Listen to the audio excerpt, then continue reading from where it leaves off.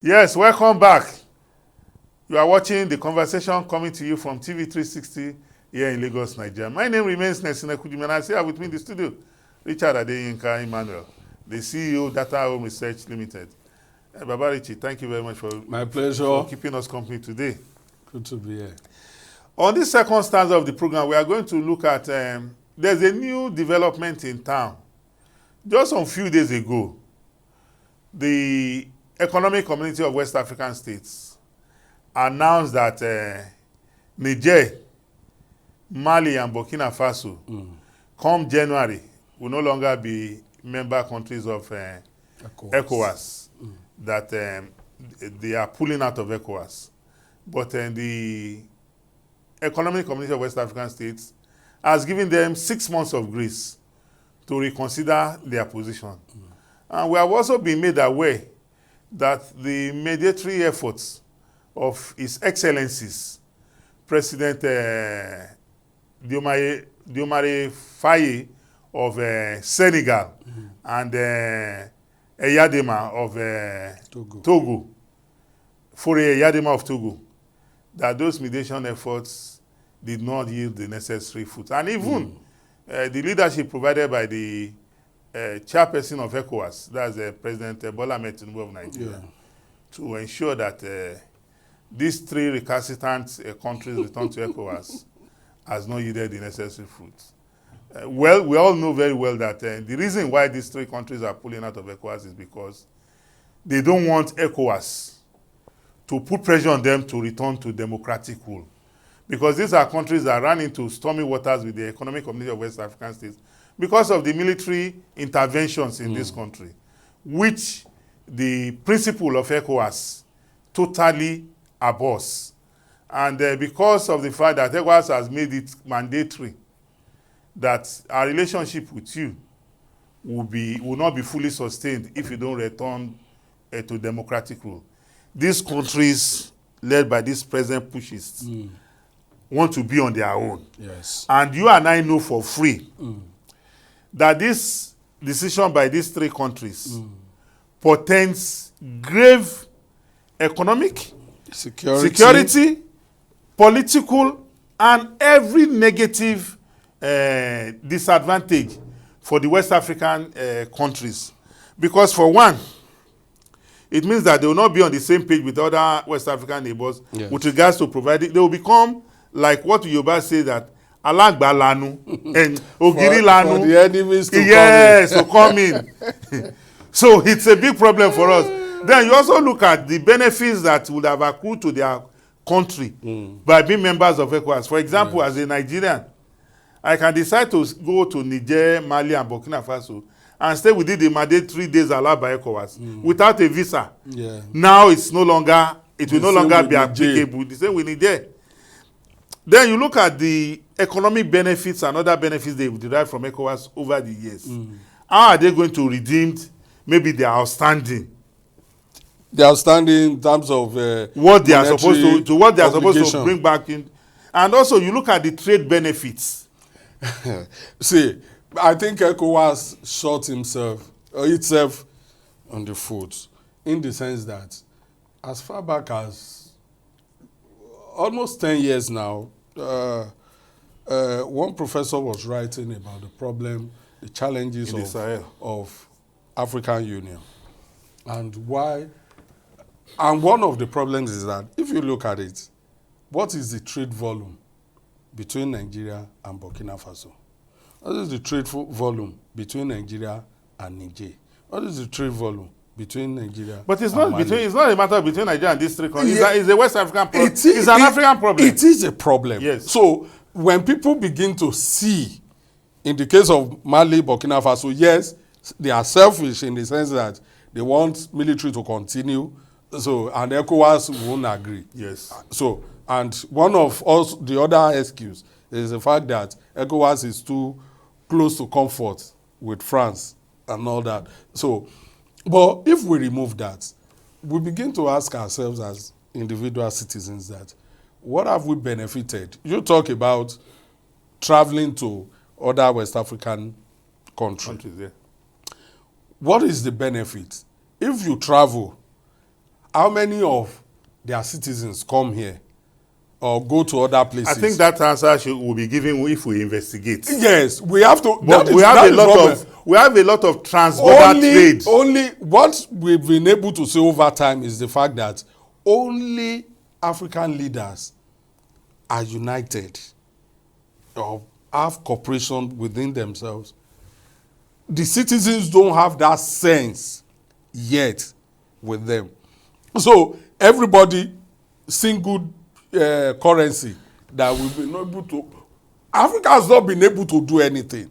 And because of the international interference. It has international interference. Yeah. However, you just must be able to stand your ground. In a situation whereby Nigeria wants to deal with Richard, we are using dollars. Richard, but you and I know for free that even though these countries are members of AU, African Union, and ECOWAS, they are independent countries. They are.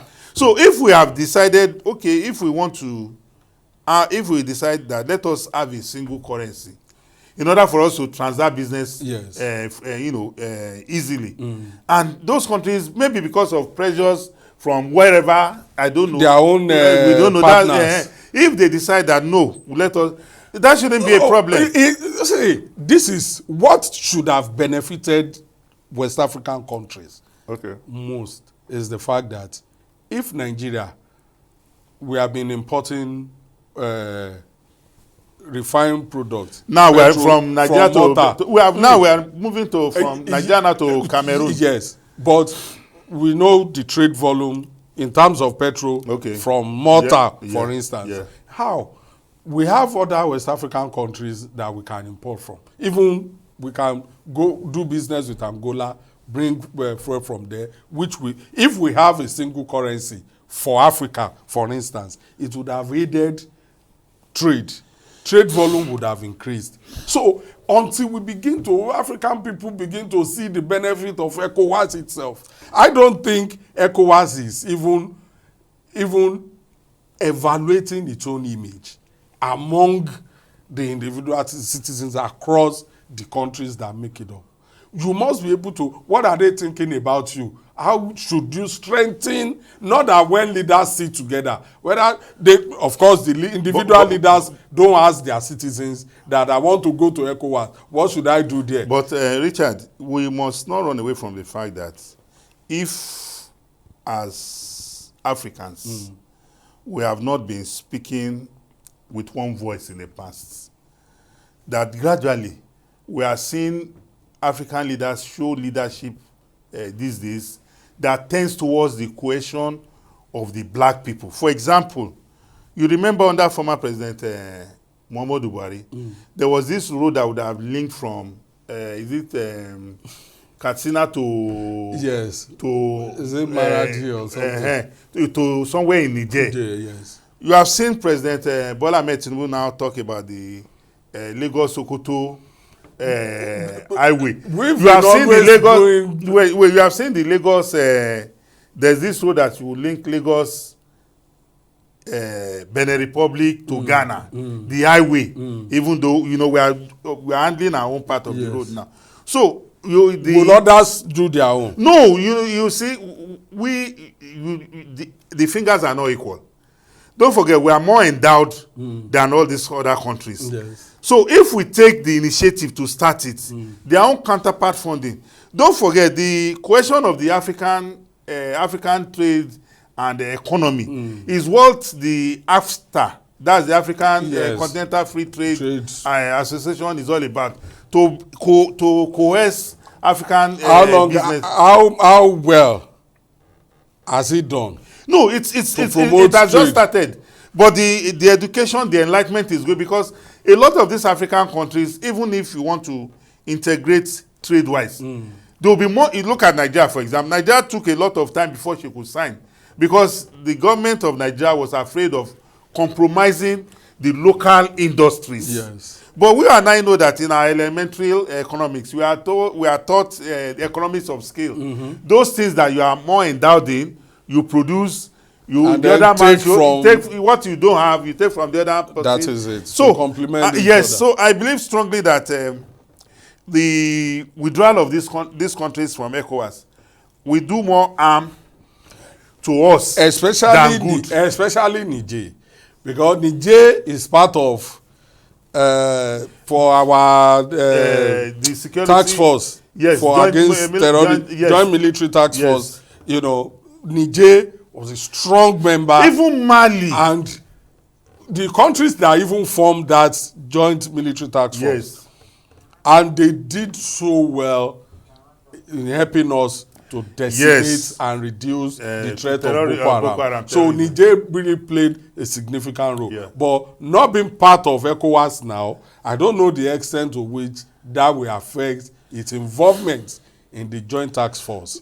You know, but it helped us. It will be unfortunate if Niger also pulls out of that joint task force. No, Because ordinarily, if they are no that military pact or military solidarity was a brainchild of the ECOWAS. perhaps, you know, yes, it is possible. Yes, but because you know that the threat of terrorism came from the Sahel, yes, Mali, and Burkina moved down. Yes, and moved down. So if these three countries, ordinarily, if they are having problems with security, they can table it at the ECOWAS head of states, and then you know, they can now look for a way to assist one another. Well, in a nutshell, ECOWAS should re-strategize and ensure that they continue to appeal to members, they continue to give members sense of belonging that will make people to say, I must be part of They must give reason for people, for countries to want to remain. Well, ladies and gentlemen, this is where we want to call it a wrap on the conversation. We've had a very beautiful conversation today on the two topical issues. I think we'll come away again next time. Please continue to watch the conversation coming to you from TV 360 here in Lagos, Nigeria.